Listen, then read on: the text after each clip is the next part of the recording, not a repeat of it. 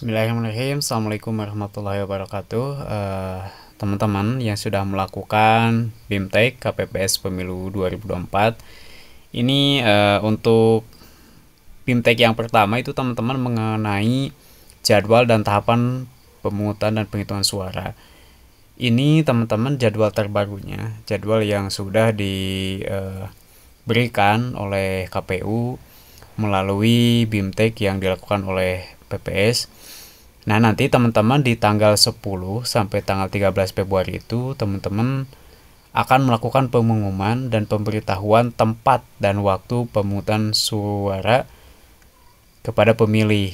Ya, di sini teman-teman tentunya harus mengisi nanti formulir C untuk daftar pemilih tetap, dan waktunya itu cuma 3 hari ya. Kalau nanti formulir C-nya datang tanggal 10, berarti teman-teman langsung diisi saja ya bersama anggota KPPS lainnya. Jadi dalam waktu 1 hari diisi, kemudian besoknya disebarkan kepada seluruh DPT yang ada di TPS teman-teman.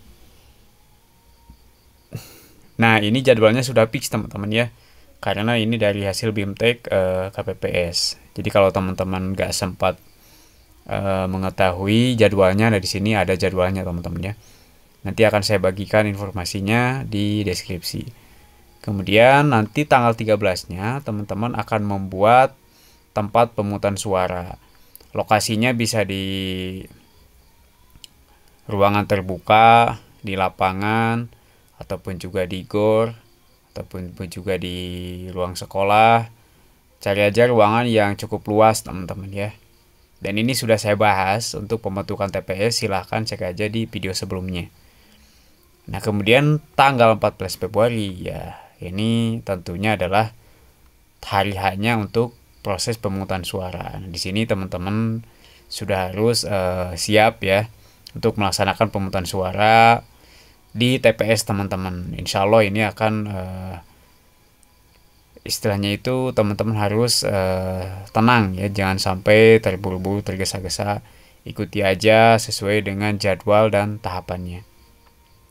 Nah, teman-teman di sini di penghitungan nanti kan setelah seluruh DPT mencoblos, melakukan pencoblosan untuk surat suaranya. Nah, nanti akan ada penghitungan suara teman-teman di sini ya.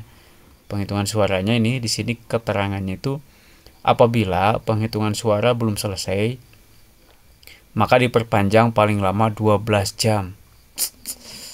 Jadi yang kalau untuk pencoblosan itu gak lama teman-teman ya.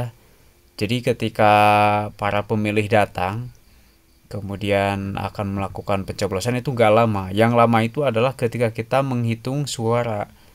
Itu kan, itu menghitung dari mengumumkan surat suara sah dan tidak sahnya. Ini sah, ini tidak. Nah, itulah yang lamanya gitu. Karena di sana itu harus teliti antara yang mengucapkan sah dan tidak sah, dan yang akan menulis nanti berbentuk pagar-pagar di papan pleno penghitungan suara teman-teman itu ya. Dan ini biasanya dimulai dari jam 1 atau dari jam 1 dimulainya. Nah, ini emang membutuhkan waktu yang cukup lama, apalagi kan ini banyak sekali teman-teman ya. Ada perhitungan presiden dan wakilnya, kemudian nanti penghitungan suara DPD, DPRD, DPR RI, itu kan, sampai DPR kabupaten. Jadi yang 5 ini kalau presiden itu nggak lama biasanya teman-teman ya. Kalau presiden nggak lama, yang lama itu adalah yang sedikit-sedikit itu kan. Untuk yang DPR DPRD itu kan banyak sekali calonnya gitu. Itu yang harus telitinya tuh di situ ya. Makanya kalau bisa setelah selesai pemungutan suara ya, pencoblosan, itu pas ketika mau penghitungan suara, teman-teman kalau bisa istirahat dulu, makan dulu ya, minum dulu, ngopi dulu supaya fresh lagi. Itu tips dari saya, jangan sampai langsung penghitungan suara kita gak makan dulu. Kalau bisa istirahat aja dulu gak apa-apa ya. Istirahat 1 jam, kemudian makan dulu, minum dulu, kumpul dulu ya. Yang ada di sana siapa aja gitu, bisa nanti dibantu sama saksi, juga sama pengawas TPS, juga linmas yang ada di sana. Jadi saling membantu saja supaya proses perhitungan suaranya ini selesai. Karena yang paling intinya itu adalah di penghitungan suara. Jangan sampai kita terburu-buru gitu teman-teman ya. melihat informasi di TPS lain sudah beres, nah kita gak boleh. Jadi harus teliti, harus tenang gitu kan, jangan terburu-buru. Nah kemudian nanti teman-teman jadwalnya ini pengumuman hasil. Jadi kalau gak selesai teman-teman ya, ini bisa dilanjutkan tanggal 15 Februari pukul 12 tempat. Jadi tanpa jeda, paling lama 12 jam tanpa jeda sejak berakhirnya pemungutan suara pukul 12 tuh kan. Lumayan lama juga ya. Emang yang pengalaman saya kemarin aja sampai 2019 itu, pada pemilu 2019 itu sampai jam 11 malam. Ya teman-teman, nanti akan saya kasih teknisnya bagaimana supaya cepat perhitungannya ya. Yang penting intinya teman-teman, di penghitungan suaranya itu teliti aja ya. Jadi jangan sampai terburu-buru. Jadi teman-teman nanti sesuaikan dulu datanya, sinkronkan dulu antara DPT yang ada di daftar hadir dengan yang ada di dalam kotak suara nanti ya. Ada teknisnya itu.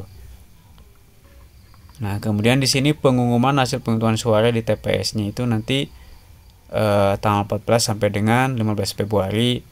Tentu saja ini dilaksanakan oleh KPPS. Jadi ini sebelum dibawa ke PPS, ke desa. Jadi teman-teman sudah membuat pengumuman dan hasil pengumuman surat suara itu maksimal tanggal 15 Februari. Ini jadwal tahapan yang pemilu tahap pertama teman-teman ya. Nah kalau ada 2 putaran, nah ini kenapa kemarin teman-teman seluruh anggota KPPS itu harus melakukan screening kesehatan, kemudian mengupload berkas di Siakba, karena nanti di aplikasi Siakba itu kan data teman-teman sudah ada. Jadi kalau ada pemilihan KPPS lagi ataupun juga KPPS untuk pilkada, itu nanti teman-teman sudah terdaftar sebagai anggota KPPS yang sudah memiliki pengalaman. Jadi data tersebut akan dijadikan ajuan sebagai pengalaman untuk mengikuti KPPS berikutnya teman-teman ya. Jadi bersyukur sekali yang mengikuti KPPS di tahun sekarang, karena data-data di Siakba itulah yang akan dipakai untuk kedepannya dalam seleksi ataupun juga pemilihan KPPS. Karena untuk 2 putaran ini kan berarti KPPS yaitu aja ya yang sudah terdaftar di Siakba, yang sudah melakukan tes kesehatan, berarti itu akan dipilih lagi, teman-teman akan dipilih lagi. Kalau masalah honornya lagi, apakah di putaran kedua akan ada? Ya mungkin ada ya, karena kan yang honor tahap 1, periode 1, putaran 1 itu kan untuk periode 25 Januari sampai 25 Februari. Itu 1.100.000, ketua 1.200.000. Nah, apabila nanti ada tahap kedua ya, teman-teman, karena kan kalau di pemilihan presiden tahap tahun 2019 itu kan cuma 1 putaran, teman-teman ya. 2 calon, Prabowo sama Jokowi. Dan itu cuma 1 putaran. Itu juga beresnya itu emang pas 2 hari pemilihan. Jadi yang kalau gak salah waktu itu tanggal berapa ya? Jadi ada 2 hari teman-teman. Nah ini juga kemungkinan. Nah di sini kalau lihat di jadwal ya teman-teman, 14 sampai 15 Februari. Jadi kemungkinan 2 hari. Mudah-mudahan tanggal 14 juga sore, malam ataupun juga pagi itu beres. Jadi tanggal 15 pagi kemungkinan beres teman-teman ya. Nah di putaran kedua ini ya, kalau dari jadwal ini teman-teman ya, yang harus disiapkan itu sama teman-teman ya. Penyiapan TPS, pemungutan suara, penghitungan suara. Nah cuman untuk yang kedua ini hanya untuk pemilihan presiden dan wakil presiden saja teman-teman. Jadi enaknya itu. Jadi kalau ada 2 putaran, putaran kedua ini cuman kotak suaranya untuk presiden aja. Jadi pemungutan suara di TPS-nya hanya untuk pemilihan presiden. Jadi hanya ada 1 surat suara yang berwarna abu, yaitu untuk presiden. Jadi ini kemungkinan gak akan memakan waktu cukup lama teman-teman ya. Dan ini juga waktunya masih lama, bulan Juni putaran kedua itu kalau ada. Karena kan sekarang suara elektabilitas presiden gitu kan, calon presiden antara Pak Anies, Pak Prabowo, dan Pak Ganjar ini tidak ada yang mencapai 50% ke atas ya kalau diprediksi. Kemungkinan suaranya itu di bawah, maka secara otomatis akan terjadi putaran kedua gitu, yang akan dipilih nanti dua calon yang menempati urutan persentase paling atas, persentase paling banyak suaranya teratas gitu teman-teman. Nah jadi teman-teman fokus aja untuk di putaran pertama ya, karena ini akan menentukan presiden dan wakilnya, kemudian DPRD, DPD. Nah itu ya teman-teman, jadwalnya seperti itu. Nah ini yang saya bahas hanya jadwalnya aja ya. Yang penting teman-teman sudah mengikuti BIMTEK-nya, memahami alur tahapan jadwalnya sesuai dengan yang diberikan di pelatihan. Oke itu teman-teman ya, semoga bermanfaat. Jangan lupa bantu like, comment, dan subscribe. Assalamualaikum warahmatullahi wabarakatuh.